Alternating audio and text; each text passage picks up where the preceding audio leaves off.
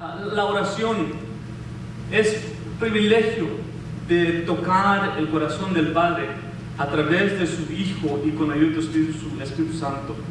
So prayer is an opportunity to touch the very heart of God through His Son and with the help of the Holy Spirit. En la oración le comunicamos a Dios nuestros deseos, nuestros deleites, nuestros fracasos y nuestras frustraciones, nuestros temores y nuestros dolores.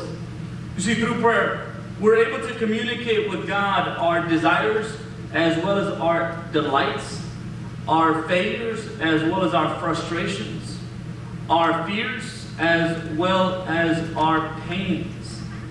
A través de la verdadera oración, el orgullo es abandonado y la esperanza es elevada. Through prayer, our pride is set aside and hope is elevated.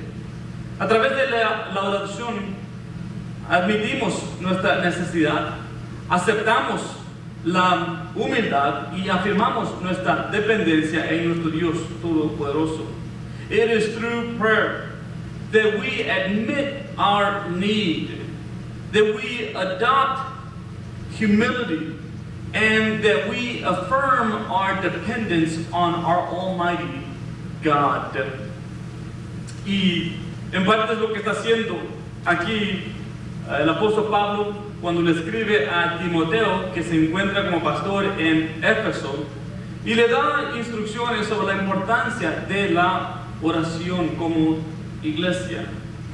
And so some of this is exactly what's taking place.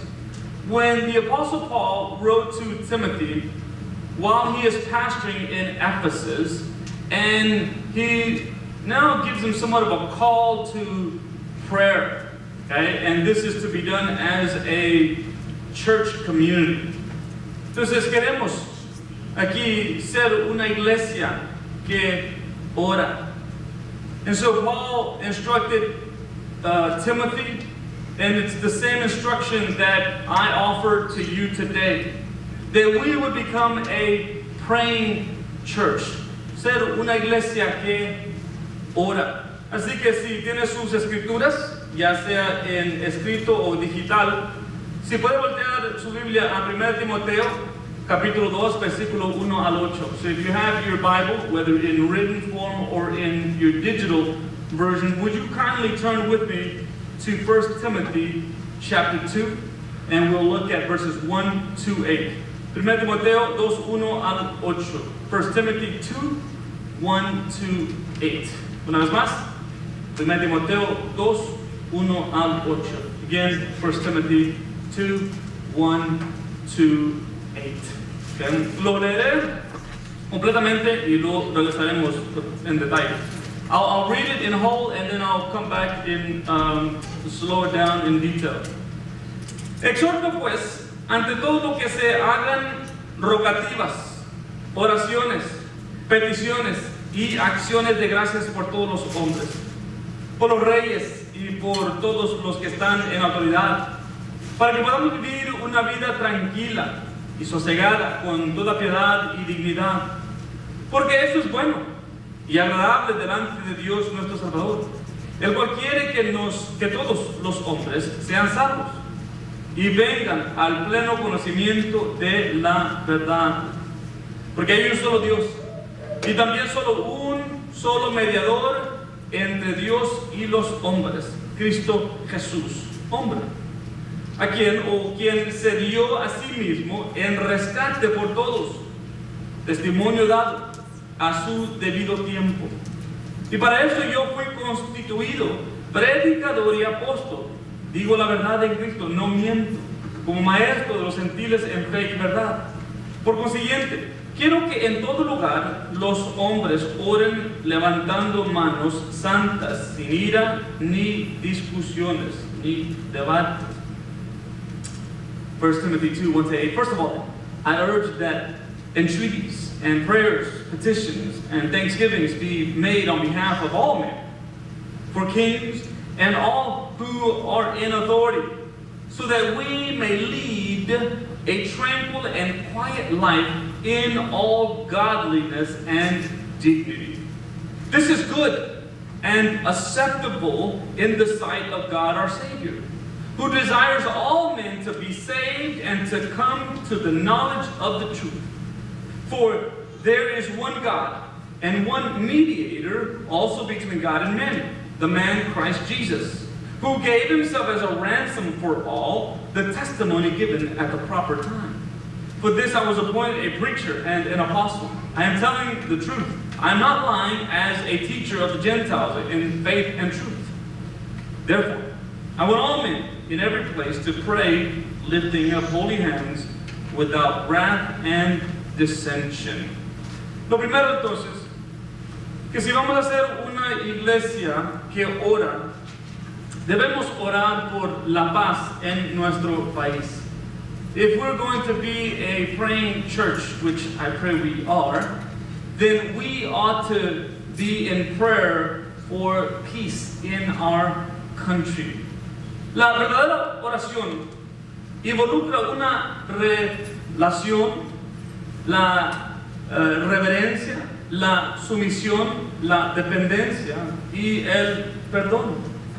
True prayer involves a relationship.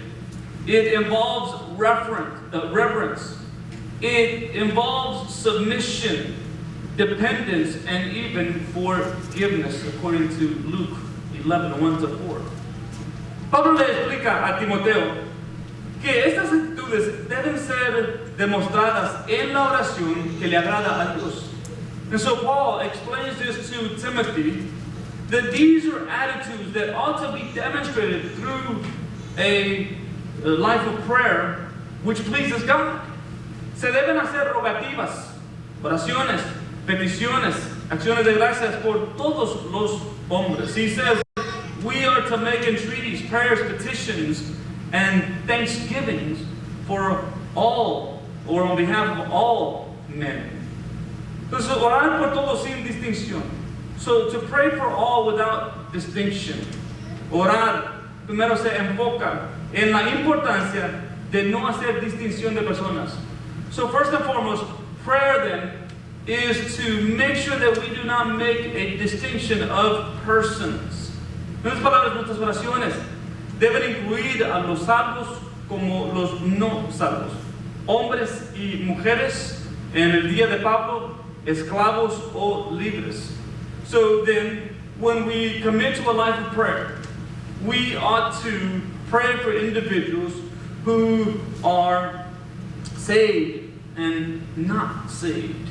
For those who are men or women, as in Paul's day, those who were slaves and those who were freed. Okay? Here in our day, independent of race, class, socioeconomic status. En nuestro día, independiente de raza o clase, okay, socioeconómica. Además, ninguna raza, clase política, económica o social debe ser excluida. And no race, political class, or social or economic class should be excluded. Aquí tienen en mente personas de influencia como personas que carecen de poder. So here, he certainly has people who are of influence and those who are not in power. Incluso por aquellos que no están causando el dolor, causan gran dolor y angustia como falsos maestros que estaban entrando en la comunidad también. So here, he wants to encourage the community to pray for even those who are causing harm or perhaps oppression, and even for those false teachers that have made inroads into the community. So, for all individuals, por todos los individuos. Y por supuesto, orar por todos aquellos que están en autoridad. He certainly also wants to pray for all those who are in authority. Pablo explica, se debe orar por todos en autoridad. He explains that we should be in prayer for all those who are in authority. Al hacer esto, el creyente reconoce que Dios ha ordenado todas las instituciones humanas de gobierno para controlar la anarquía dentro de un mundo pecaminoso. You see, through this process, we recognize, we affirm that God has placed these different human governments, human institutions, as a means of controlling anarchy or lawlessness within a sinful world. Según Romanos 13, 1 al 6, according to Romans 13, 1 to 6. Nuestro Dios sabemos que tiene el control absoluto sobre los asuntos de nuestra nación y sobre los asuntos de nuestro mundo, pero Él se complace en usar nuestras oraciones para quitar y reemplazar líderes, según Daniel 2:2. Now, God is in absolute control over the affairs of this community, this city, this state, this country, this world. But He is pleased to use the prayers of His children to raise up and to remove certain leaders within their roles of government.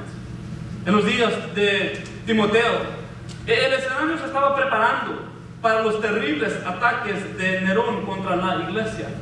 You should know that in the days of Paul and the days of Timothy and the days when this letter was written, the stage was being set. I mean, we're talking about anywhere between a couple of years to perhaps a couple of months, depending on when this letter was written. Okay? Algunos eran negados algunos privilegios en la sociedad, mientras que otros serían públicamente masacrados, quemados o echados a los leones. Many would be outcasts within the community. They would have a number of privileges removed. They would be publicly massacred. Others burned. And even still, others would be given over to the lions. Sin embargo, los creyentes fueron enseñados a apoyar en lugar de rebelarse contra el gobierno. But the believers are called to pray rather than to rebel against the government, as it was also highlighted by Peter in 1 Peter 2:17, que también fue algo que el apóstol Pedro también dijo en su carta en 1 Pedro 2:17. Aún cuando vivimos bajo un gobierno bueno, no debemos olvidar de orar. Even when we are under a good government, we should not forget to pray for our leaders, because that can turn very quickly, porque eso puede cambiar rápidamente. No tomemos por sentado nuestra situación, sino seguir orando por nuestros líderes para que podamos vivir una vida tranquila y sosegada con toda piedad y dignidad. Paul says that we should not take for granted this ministry of prayer, but rather commit to it so that we may lead a tranquil, a quiet life in all godliness and dignity. El primer propósito de nuestra oración es para que podamos vivir una vida tranquila, la ausencia de guerra, el cese de la anarquía y la libertad de la persecución. The first one says so that we can live a tranquil life. That is a life that is without war, without anarchy, and with freedom from persecution. En segundo lugar, debemos orar para que podamos vivir en reverencia y devoción que conduce a una conducta ejemplar. He then goes on to say, so that we may live a life of reverence or devotion that leads to exemplary conduct. La dignidad tiene que ver con la seriedad moral en el diario vivir. Now, dignity means that we would live with a moral compass, a moral seriousness in our daily living. Tal oración es buena y le agrada a nuestro Dios. Such a life of prayer pleases God, our Savior. And so we should commit to praying for our government, for our leaders, for our country.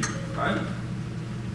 Por más de 2 décadas, el Perú sufrió una de las peores crisis internas, la violencia terrorista.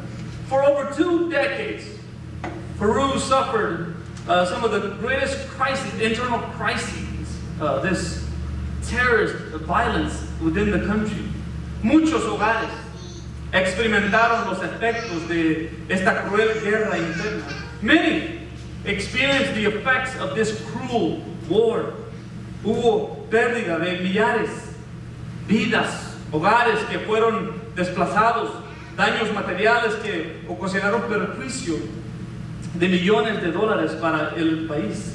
So there was devastation from all sides. People who lost their lives, others who lost their homes, were displaced, their material belongings gone, all of which caused the government or the country to lose a great deal of resources. Este clima de constante peligro trajo consigo una psicosis de violencia. Incluso en la misma capital, pues al salir de la casa uno no sabía si iba a regresar o no. So this climate caused a great deal of concern within the community. And because the violence was so great, even in the capital, because people didn't know if when they left their homes, if they would actually return later. Muchas familias experimentaron la tragedia de perder uno de sus miembros de la familia por asesinato. Many of these families experienced the loss of a loved one due to assassination. Nada parecía detener esta cruel guerra interna. El gobierno no tenía soluciones para acabar con ellas. Nothing seemed to really work and prevent this internal war because the government didn't seem to have the solution to the problem. Es en este contexto que la iglesia peruana asumió la responsabilidad de hacer súplicas, oraciones, intercesiones y acciones de gracias por todos los hombres, por los reyes y por todos los que están en autoridad. It was in that climate that the Peruvian church really took its rightful place to pray for all in authority, to have entreaties and prayers and petitions and thanksgivings that were made on behalf of all men. Surgió un poderoso movimiento de oración en los primeros años de la década de 1980 que recibió el nombre del Movimiento Nacional de Oración.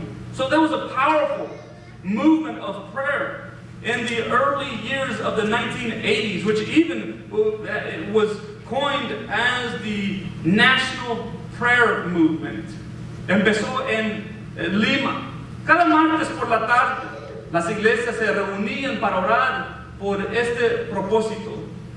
Luego, este movimiento se fue extendiendo al interior del país hasta que al final se convirtió en un esfuerzo de oración de toda la iglesia peruana.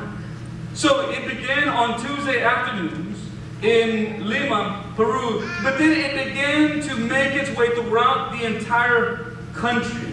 And this became the movement of the Peruvian church throughout the country. Muchas cosas han pasado desde entonces. Muchos cambios han ocurrido en Perú, siendo quizá lo más importante el cese de la violencia terrorista y la recuperación económica del país. And so many things have transpired as a result of this in Peru. Okay? And of course, the biggest issue is the terroristic activity, which is nowhere near at the level that it was, and the economic situation in the country has improved tremendously. hoy se puede vivir en Perú. Now you can live in Peru. Claro, muchos intentaron explicar lo que sucedió como una obra humana. Sin embargo, los creyentes de Perú reconocieron que fue única y exclusivamente la obra de Dios. And now many, as always the case, many have tried to explain this as a human work, right? It's a matter of certain politicians working with these politicians or whatever the case may be. But the believers in Peru understand that this is solely and exclusively the work of God. Dios simplemente se complació en honrar la oración de su pueblo. God was pleased to hear and respond to the prayers of His people. Porque ellos se comprometieron a orar por los líderes, para la salvación de esos líderes y por las decisiones de esos líderes, y Dios comenzó a transformar los corazones.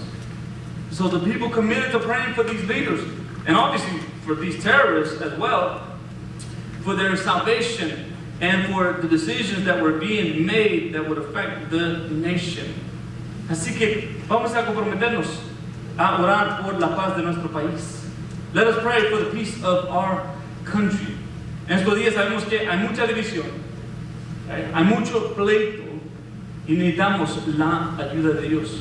We know for a fact that this country is currently facing a lot of division, a lot of heat and infighting, and so it needs our prayers. Segundo, vamos a orar por la salvación de personas. Secondly, if we're going to be a praying church, we're not just going to pray for our country, we're going to pray for the salvation of people. Versículos 4 al 7, verses 4 to 7. Otra razón muy importante, porque los creyentes deben estar ocupados en la oración, es para que el evangelio pueda llegar no solamente a los oídos, sino al corazón y transformar las vidas.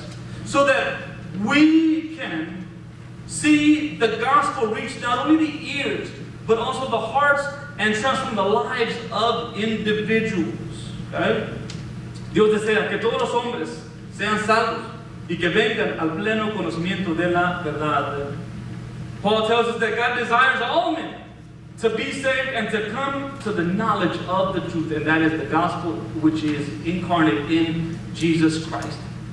Pero también dijo que Dios quiere que todos sean salvos. Peter himself in 2 Peter 3:9 said that God desires that all men come to saving faith. Pablo luchaba contra algunas formas de elitismo. Now Paul fought against the elitism that was transparent, that was apparent in his day. Los judíos que pensaban que la salvación solamente era para los judíos solamente y no para los gentiles. Certainly we had the Jews who believed that salvation was only for the Jews and not for the Gentiles. Okay? Y otros de la fe del gnosticismo, que creían que solo unos que tenían una fe especial eran salvos. There was another group known as the Gnostics who believed that only those who had this special insight, this special faith, actually benefited from that salvation. Pero claro, Pablo explica que no todos serán salvos, puesto que la salvación es para todos los que reciben a Jesucristo como único y suficiente Salvador. But not all will come to saving faith. Only those who trust in Jesus Christ as their sole and sufficient Savior. Sin embargo, usted y yo tenemos la responsabilidad de orar por todos, por su convicción de que la invitación de Dios para la salvación se extiende igualmente a todas las personas. That we should proclaim the good news, that God's good news is for all mankind. Juan 3:16 dice que el amor de Dios incluye a todos. John 3:16 reminds us that the love of God is for all mankind. For God so loved the world. Porque de tal manera Dios amó al mundo. Así que Dios demostró su amor y su deseo que todos los hombres sean salvos al enviar a su Hijo unigénito al mundo. So God demonstrated His love by sending His Son so that all the inhabitants of the world may have an opportunity to welcome His Son. Pablo proporciona tres verdades que quiere que sepan sobre el Evangelio, los fundamentos del Evangelio. Here in verses 5 and 6, Paul highlights three things that he believes are essential to the gospel. Primero, que hay un solo Dios.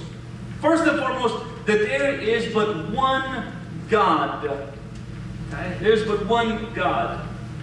Just this week, the kids have been watching a movie and it talks a lot about gods, and so I had to have this conversation with my kids that we believe that there is one true God. Esta semana, mis niños han estado viendo una película de que hablan de dioses. Y he tenido que tener la conversación con ellos que nosotros creemos que existe solamente un solo Dios. Contrario a la perspectiva del politeísmo de los griegos y los romanos del siglo I y de algunos en el presente, al un solo Dios. So contrary to the polytheism, the pantheon that existed in the first century, the Greco-Roman culture, we believe that there is but one true God, según Deuteronomio 6:4, desde el tiempo antiguo. So even from ancient times, Deuteronomy 6:4, we believe that there is but one God. Por lo tanto, solo Él tiene la prerrogativa soberana de determinar el acceso adecuado a su presencia. So He alone has the prerogative to allow entrance into His very presence, and He has done so through what follows, which is the one mediator. Y Él ha dado el acceso a través de lo que sigue, el mediador. Entonces, hay un solo Dios, hay un solo mediador. So not only is there but one God, there is only but one mediator, he says. Hay un solo árbitro quien puede reconciliar al hombre con Dios, y es Jesús. There is but one who is able to reconcile and restore that relationship between sinful man and a holy God. And that individual is Jesus. El pecado del primer hombre y de la primera hembra corrompió la comunión con Dios que necesita ser reconciliada. The first man, the sin, the first man, the first woman is what broke that relationship, corrupted that relationship between mankind and God, that communion. And so that relationship needs to be reconciled, restored. Y el único acceso al Padre es a través de Jesús, aquel que viene a reconciliar al mundo a Dios. And it is Jesus who has come to reconcile the world back to God. Así que donde Adán falló, Jesús, el segundo Adán, triunfó. So whereas Adam, the first man, failed, the last Adam, Jesus, triumphed, became the true mediator. Y es Él el que nos ofrece el único rescate. And it is He alone who offers us the true and only escape, the redemption between us and God, this reconciliation. Jesús es un regalo de amor. Jesus is a gift of love. Él no solamente es el dador, sino que también es el regalo. He's not only the giver, He is the gift Himself. Él es el sustituto por todos. He is the substitute for all. El sacrificio cumplió el plan redentor de Dios. Through His sacrifice, through His ransom, He fulfilled the redemptive plan of God. Cristo, como Dios hombre, fue la persona adecuada quien vino al tiempo adecuado para hacer la obra adecuada. You see, Jesus, the God-man, was the sufficient person at the right time, fulfilled the right work. Y Él es el quien ofrece este rescate. So he is the one through whom we receive this forgiveness and reconciliation, restoration back with God. Nuestra oración, hermanos, por los que no son creyentes, debe ser continua, porque es el deseo de Dios. Thus, our prayer for the lost must be continued, because this is what pleases God. Right?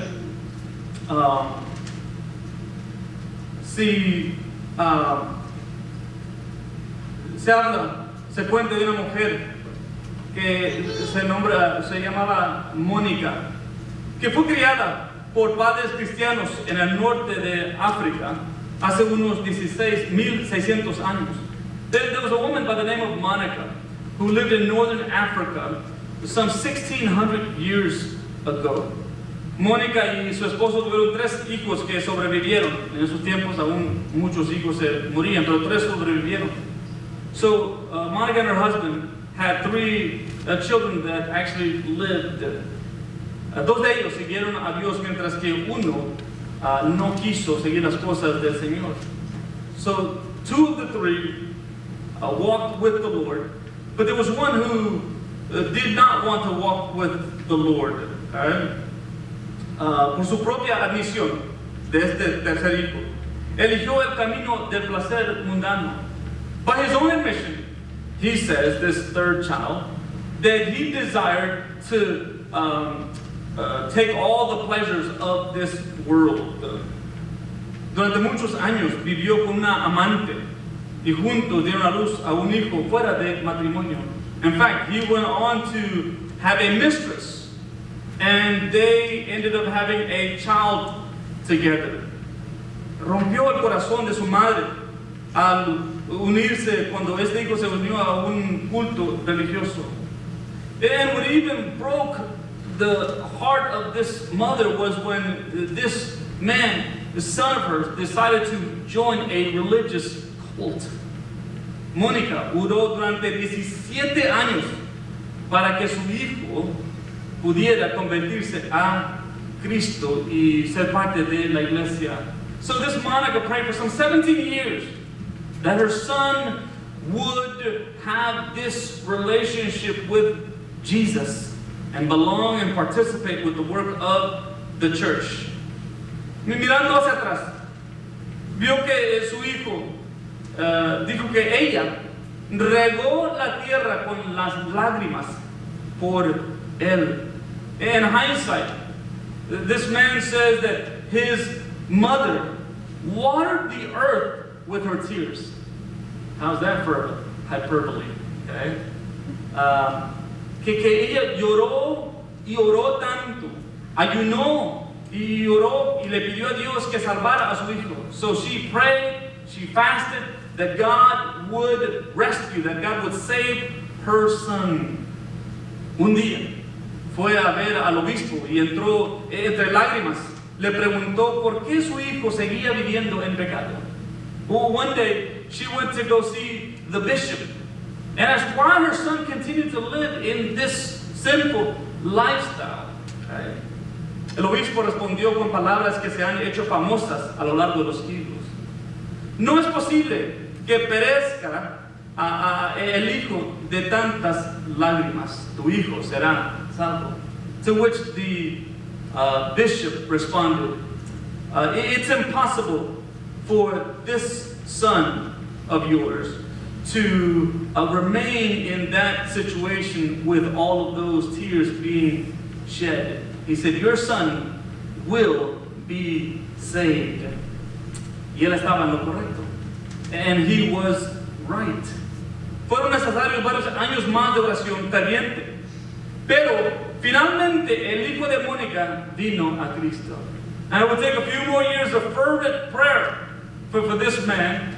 But ultimately, Monica's son came to saving faith in Christ.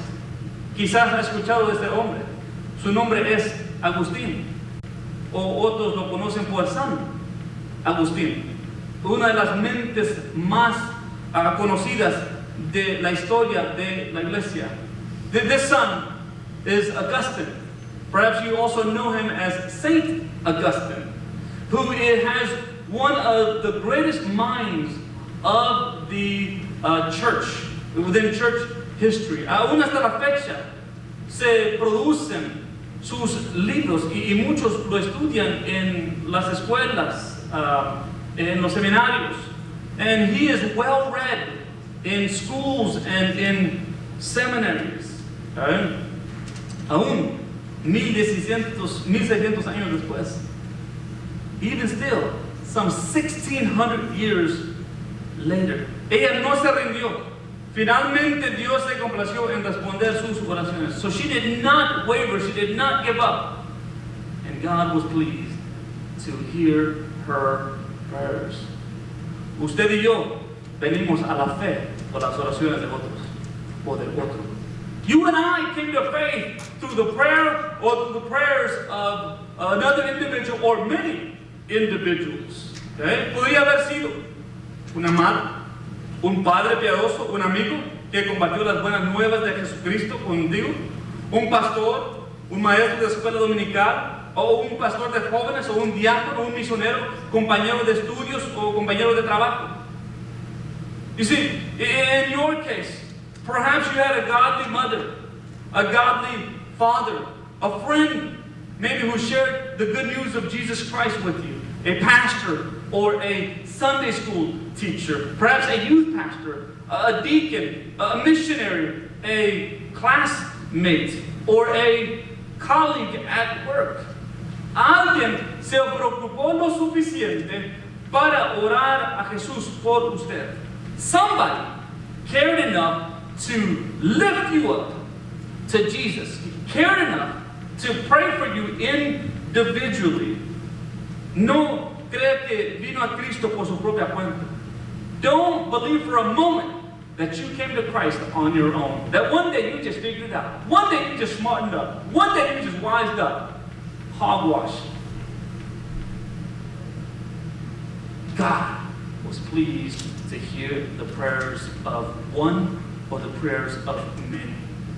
Dios se complació en escuchar las oraciones de uno o las oraciones de muchos por usted. Okay? Si alguien oró por usted cuando usted estaba perdido, perdida, ¿no harías lo mismo por otra persona que necesita a Jesús? So somebody cared enough to pray for you. Would you not devote that time to pray for others as well? Vamos a orar por nuestro gobierno, nuestro país. Vamos a orar por los que no conocen a Cristo. Vamos a orar con toda piedad. Lastly, after talking about the need to pray for our government, the need to pray for our country, the need to pray for the lost, he says we should pray, however, with all godliness. Let us not forget this little detail, because it's not so little. No se nos olvide orar según este detalle, porque no es un detalle pequeño. Con toda piedad, que en todo lugar los hombres oren levantando manos santas, sin ira ni discusiones. I want men everywhere, in every place, to pray, lifting up holy hands, not just any hands, but holy hands, without wrath and without dissension. Right? Aquí los tres esenciales para una oración eficaz son declarados en este versículo 8. So he underscores three things that are essential for effectiveness in our prayer life.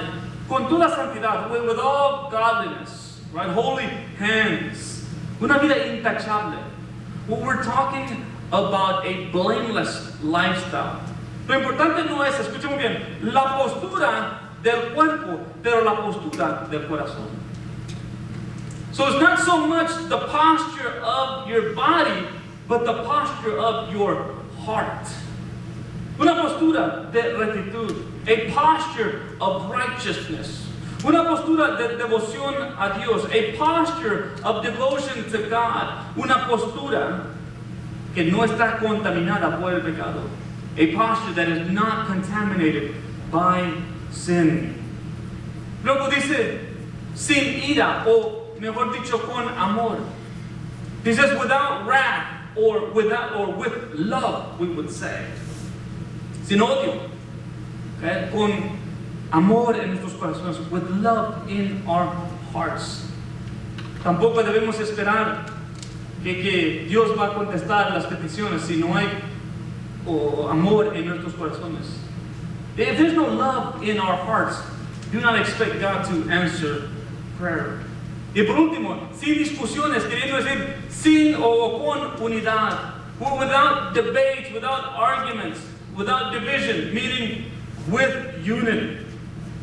Debemos orar a nuestro Dios sin divisiones, sin controversias, sin argumentos. We should seek to pray to our God without division, without controversy, without arguments. Okay?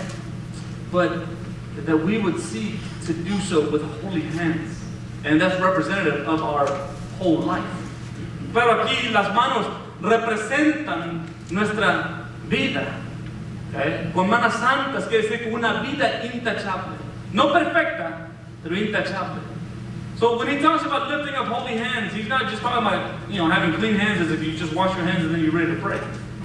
But rather a lifestyle that is blameless. Okay? Not perfect, but blameless. Porque hay cosas que van a ser obstáculo para la oración. Because there are many obstacles to effective prayer. Okay? La oración que rebelde al Espíritu Santo. La oración rebelde a la palabra de Dios. La oración con malos motivos. La oración que no persevera. La oración que tiene un espíritu no perdonador. La oración con vana repetición. La oración que carece de respeto y honor de un cónyuge. La oración con codicia. Y la oración sin fe. You see, this is just a sampling of prayers that will not be effective. Prayer that is rebellious to the Holy Spirit.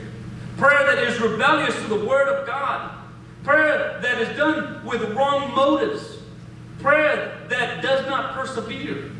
Prayer that has an unforgiving spirit. Prayer that is full of vain repetition. Prayer that is pretentious, that is wanting to be heard and seen rather than truly speaking with God. Prayer that lacks respect and honor within a marriage. Prayer that is full of covetousness. And prayer that is done without faith. Mire, hermano, lo cierto es esto, que la oración inefectiva, ¿okay?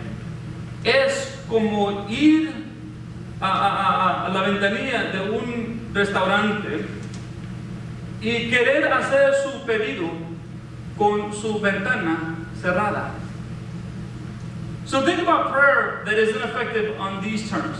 It's like you pulling up to the drive-thru at a restaurant and trying to make your order while your window is still closed.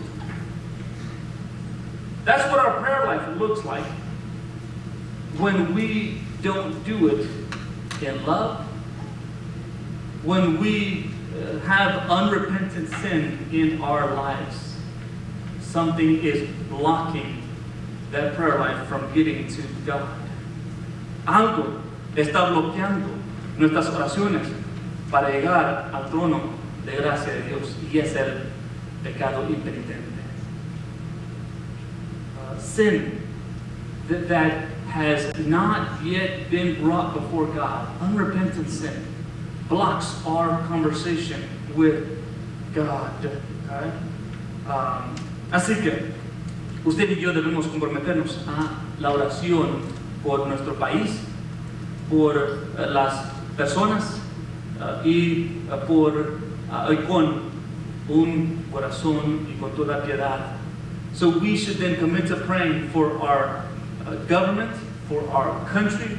We should commit to praying for the lost, and we should commit to praying for or with all godliness.